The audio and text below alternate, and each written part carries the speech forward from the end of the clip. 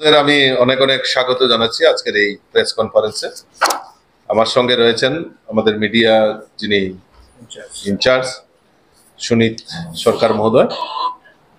আপনারা জানেন যে গত 30 এপ্রিল 2025 আমাদের কেন্দ্রীয় মন্ত্রিসভায় মাননীয় প্রধানমন্ত্রী শ্রী নরেন্দ্র মোদীজির নেতৃত্বে সরকার সিদ্ধান্ত নিয়েছে যে কাস্ট যে সেন্সাস অর্থাৎ জাতি গণনা অন্তর্ভুক্ত করার সিদ্ধান্ত আমাদের কেন্দ্রীয় মন্ত্রিসভায় মাননীয় প্রধানমন্ত্রী সেই সিদ্ধান্ত নিয়েছেন। এই ঐতিহাসিক সিদ্ধান্তের জন্য আমরা ভারতীয় জনতা পার্টির ত্রিপুরা প্রদেশ কমিটির পক্ষ থেকে আমাদের দেশের যশস্বী প্রধানমন্ত্রী নরেন্দ্র মোদীজিকে আন্তরিকভাবে অনেক অনেক অভিনন্দন এবং শুভেচ্ছা জানাচ্ছি। আমরা জানি যে 2011-তে লাস্ট জনগণনা হয়েছিল, সেন্সাস হয়েছিল।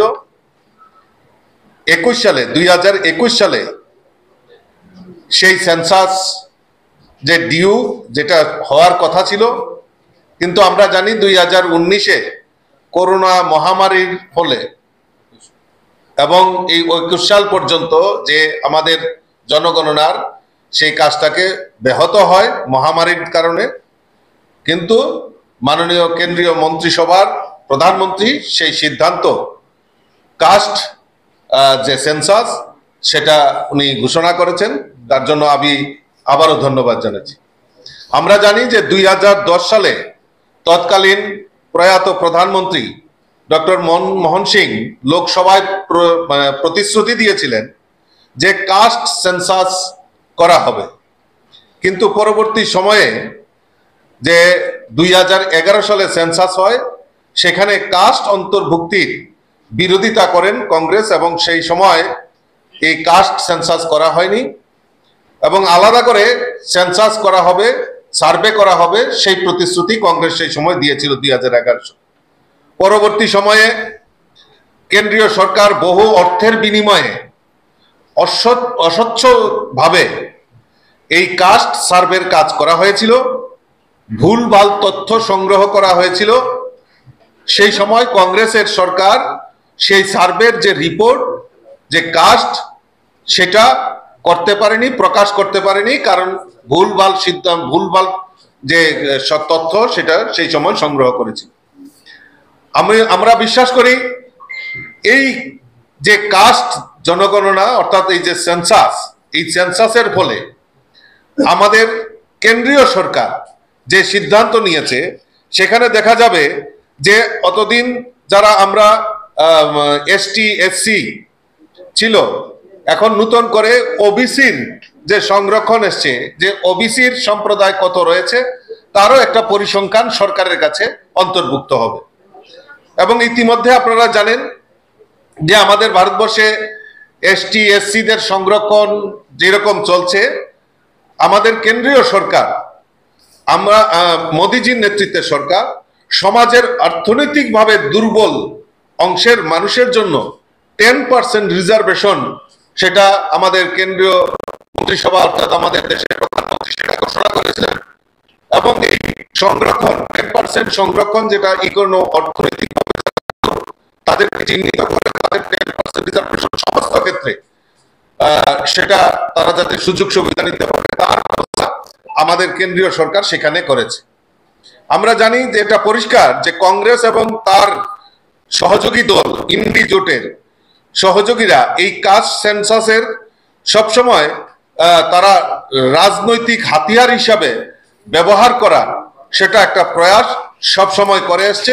কিন্তু আমাদের দেশের যশস্বী প্রধানমন্ত্রীর যে স্বপ্ন যে আমাদের এই যে কাস্ট জনগণনা, এই যে কাস্ট সেন্সাসের ঘোষণা করেছেন, তার মধ্যে যারা অনুন্নত, আমাদের সরকারের যে মূল লক্ষ্য যে সমাজের অন্তিম ব্যক্তি পর্যন্ত সমস্ত সুযোগ সুবিধা পৌঁছে দেওয়া, সরকারি সুযোগ সুবিধা পৌঁছে দেওয়া, এই জনগণনার কারণে কেন্দ্রীয় সরকারের কাছে, আমাদের ভারতবর্ষের কাছে পরিষ্কার এই কাস্ট এবং যারা দুর্বল তাদের যে চিহ্নিত করা তার প্রয়াস আমাদের এই জনগণনা এবং কাস্ট এই যে জনগণনার মাধ্যমে সেটা অন্তর্ভুক্তি করা হবে।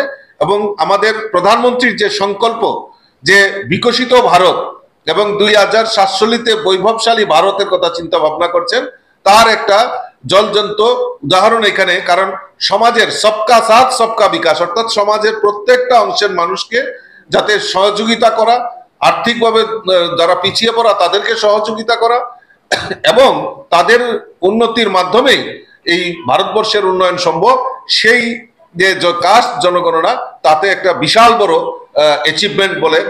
অ্যাচিভমেন্ট হবে এবং ফলপ্রসূ হবে বলে আমি বিশ্বাস করি।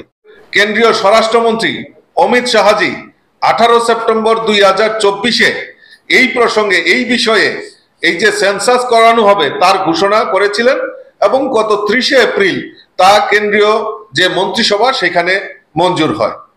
আমরা জানি যে 1951 সন থেকে 2011 পর্যন্ত প্রতিবার যতবার সেন্সাস হয়েছে তপশিলি জাতি এবং উপজাতি তথ্য হয়েছে, কিন্তু ওবিসি সেই সময় ওবিসি জাতিকে বাদ দেওয়া হয়েছিল, কিন্তু এটা নতুন করে ওবিসি সম্প্রদায়কেও সেই জনগণনার যে তথ্য সেই তথ্যের সংগ্রহ মানে তাদেরকে সংযুক্ত করা হয়েছে। আমি আবারও আপনাদের মাধ্যমে এই ঐতিহাসিক সিদ্ধান্তের জন্য আমি দেশের যশস্বী প্রধানমন্ত্রী নরেন্দ্র মোদীজিকে অনেক অনেক শুভেচ্ছা, অনেক অনেক অভিনন্দন জানাচ্ছি।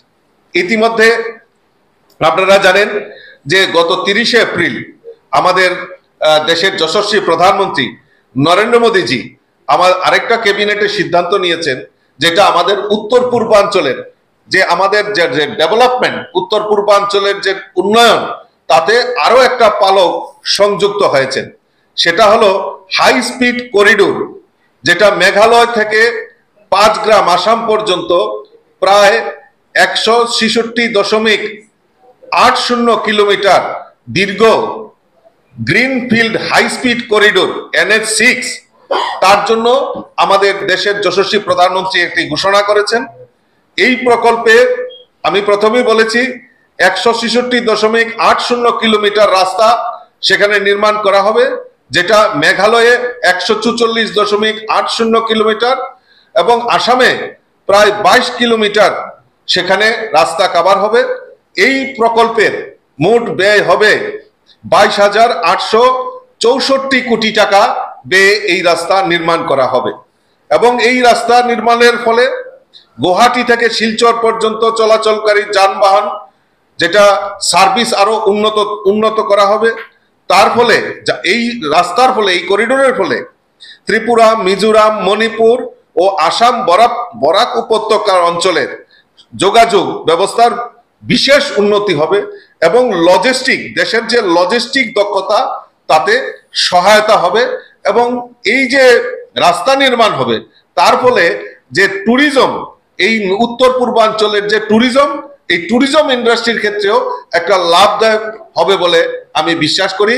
এই যে এত বড় ঐতিহাসিক সিদ্ধান্ত, এত বড় প্রকল্প, এত বড় রাস্তা, এত হাই স্পিড করিডোর, যেটা আমাদের দেশের যশস্বী প্রধানমন্ত্রী উত্তর পূর্বাঞ্চলকে উপহার স্বরূপ দিয়েছেন, তার জন্য আমি দেশের যশস্বী প্রধানমন্ত্রী নরেন্দ্র মোদীজিকে অনেক অনেক শুভেচ্ছা এবং অনেক অনেক অভিনন্দন জানাচ্ছি।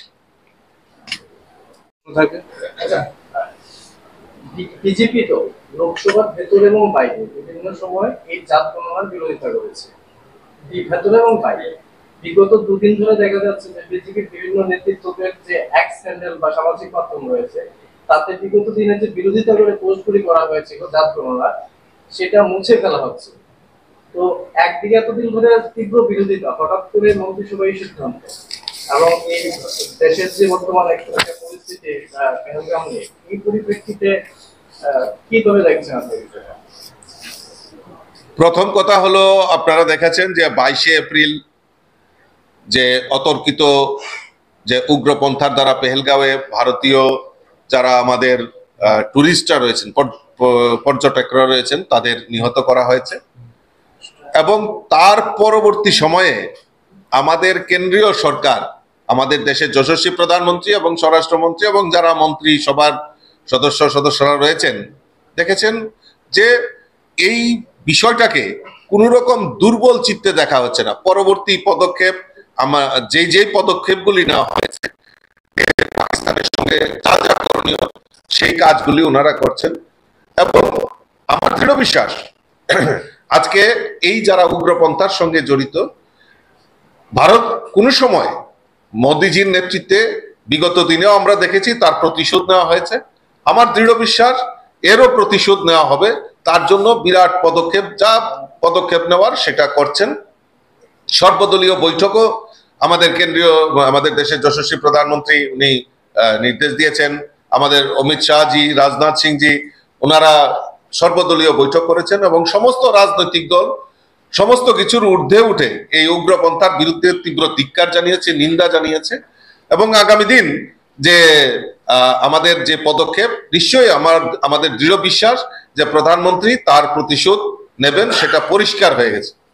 দ্বিতীয়ত, যেটা আপনি বলছেন যে এই কাস্টিজম সেন্সাসের বিরোধিতা করেছে বিহারে, আমরা যদি দেখি বিহারে একটা সময়ে এই কাস্ট সেন্সাসের উপর সেই সময় তারা সার্ভের কাজ করেছিল এবং সেই সময় আমাদের স্বরাষ্ট্রমন্ত্রী অমিত শাহজি বিভিন্ন উপলক্ষে পরিষ্কার এই বিজেপি এই যে কাস্ট সেন্সাস তার পক্ষে কথা বলেছিলেন। এবং সব সময় এই যে আমি তো মূল লক্ষ্যটা আমি বললাম আপনাদের যে কাস্ট সেন্সাস কেন দরকার। কাস্ট সেন্সাস এই কারণে দরকার যে আমাদের যে মূল মন্ত্র যে আমরা সবকা সাথ সবকা বিকাশের আমরা দেখি এবং সমাজের অন্তিম ব্যক্তি পর্যন্ত আমাদের সমস্ত সরকারি সুযোগ সুবিধা পৌঁছে দেওয়া। এই যে কাস্ট সেন্সাসের মাধ্যমে সরকারের কাছে যে তথ্য, যে প্রকৃত কারা অর্থনৈতিকভাবে, ইতিমধ্যে আপনারা জানেন যে যেটা আমি প্রারম্ভিকে বলেছি যে 10% রিজার্ভেশন ইকোনমিক্যালি যারা ব্যাকওয়ার্ড তাদেরকে সংরক্ষণের মাধ্যমে সমস্ত সুযোগ সুবিধা তাদেরকে দেওয়া হয়েছে। এখন আরো নতুন করে পালক যুক্ত হয়েছে যে কোন জাতিগোষ্ঠী কতটা দুর্বলতা রয়েছেন তাদেরকে প্রকৃতভাবে সরকারি সহযোগিতার মাধ্যমে তাদেরকে সমাজের মূল স্রোতে ফিরিয়ে আনা, তাদেরকে আর্থিকভাবে এবং সরকারি সহযোগিতা যাতে পৌঁছে যায় তার প্রয়াস, এটা একটা বিশাল পদক্ষেপ বলে আমি বিশ্বাস করি। কিন্তু দলের তরফে যতদিন সমালোচনা করা হয়েছে যে বিরোধীদের যে জাত গণনার দাবি, তাতে দেশে বিভাজন সৃষ্টি হবে এবং সংসদের ভেতরে তো বিজেপি দল নিজেই এই জিনিসটা প্রতিবাদ করবে। না, প্রতিবাদ কোনো সময় করেনি। আমি তো তথ্য আপনাদের সামনে তুলে ধরলাম যে এবং 2024-এর 18 সেপ্টেম্বর মাননীয় অমিত শাহজি এই সম্পর্কে বিস্তারিত কিন্তু লোকসভায় উনি বলেছেন যে আমরা এই জাতিগত গণনা আমরা করতে চাই। কিন্তু কংগ্রেসের বক্তব্য তো ওদের তারা স্বাগত জানিয়েছে এবং আজকেও তারা সাংবাদিক সম্মেলন করে এটা বলেছে যে জাত গণনা সেটা কংগ্রেসের দাবির ফল। আমি আপনাদের কাছে বলি, আমি যে তথ্যটা আপনাদের সামনে তুলে ধরেছি যে 2010-এ যে সমস্ত রাজনৈতিক দল, এটা আমার কথা নয়, এটা আপনারা আমাদের কাছে তথ্য প্রমাণ রয়েছে, 2010 সালে প্রয়াত প্রধানমন্ত্রী মনমোহন সিং লোকসভায় প্রতিশ্রুতি দিয়েছিলেন যে কাস্ট সেন্সাস করা হবে। কিন্তু পরবর্তীতে সেই সময় একটা কমিটিও গঠন করা হয় এবং সমস্ত রাজনৈতিক দল এই যে জাতিগত সেন্সাস তার সম্পূর্ণ সমর্থন জানিয়েছিল। কিন্তু সেই সময় কেন্দ্রীয় মন্ত্রী পি চিদাম্বরম 2011 সালে এই যে কাস্ট সেন্সাস হবে তার বিরোধিতা করেছিল এবং বলা হয়েছিল যে 2011 সালে সেন্সাস কিন্তু জেনারেল সেন্সাস এটা ডিক্লেয়ার করেছে, কাস্ট সেন্সাসের কথা ঘোষণা করেনি। পরবর্তী সময়ে যখন সমস্ত বিরোধী দল, সমস্ত রাজনৈতিক দল যখন প্রেসার ক্রিয়েট করা হলো তখন তারা বলেছিল যে আমরা আলাদা করে এই জনগণনার উপর এই যে কাস্ট সার্ভে আমরা করাবো, সেন্সাস নয় সার্ভে করাবো। কিন্তু পরবর্তী সময়ে দেখা গেছে সেই সময় একটা এসইসিসি একটা গঠন করা হয়েছিল, কিন্তু কোটি কোটি টাকা কেন্দ্রীয় সরকারের সেখানে ব্যয় করা হয়েছিল, কিন্তু তা সত্ত্বেও ভুল তথ্য সংগ্রহ করেছিল সেই সময় কংগ্রেস এবং এই যে সার্ভের কাজ আজ পর্যন্ত সেটা প্রকাশিত করা হয়নি। তো কংগ্রেস কিভাবে সেখানে বড় গলায় বলতে পারে যে আমাদের দাবি 2010 সালে যেখানে প্রধানমন্ত্রী ওনাদের প্রয়াত প্রধানমন্ত্রী মনমোহন সিং তথ্য দিয়ে বলেছিল যে প্রতিশ্রুতিও দিয়েছিল লোকসভায় যে আমরা কাস্ট সেন্সাস করাবো, কিন্তু পরবর্তী সময়ে তারা করেনি। 2011 সালে। তো এইটা থেকে প্রমাণিত হয় যে কংগ্রেস সেটা তার বিরোধিতা করেছিল, এবং কংগ্রেস এখন উল্লাস করছেন বা সাংবাদিক সম্মেলন করছেন যে তাদের দাবি মানা হয়েছে।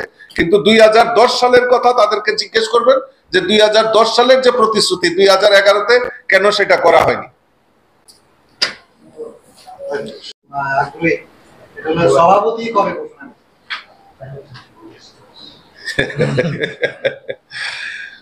দেখুন, ভারতীয় জনতা পার্টি একটা নীতিনিষ্ঠ পার্টি, এবং তার সুনির্দিষ্ট রাজনৈতিক পরিমণ্ডলে দল কাকে কোথায় দায়িত্ব দেবে সেটা কেন্দ্রীয় নেতৃত্ব স্থির করেন, এবং সেখানেই সিদ্ধান্তের মাধ্যমেই পরবর্তী সময়ে সবার সামনে রাখা হবে। তো দল তাকে যে সময় দায়িত্বই দেবে সেই দায়িত্ব, কারণ ভারতীয় জনতা পার্টি কার্যকর্তাদের পার্টি, এই কার্যকর্তাদের মূল্যায়ন করে, এবং এই কার্যকর্তাদের মূল্যায়নের মাধ্যমেই আগামী দিন দলের নেতৃত্ব নির্ধারণ করা হবে, এবং সঠিক সময়ে নিশ্চয়ই আপনাদের কাছে সেটা প্রস্তুত করা হবে। সঠিক সময়টা কি এই মাসেই না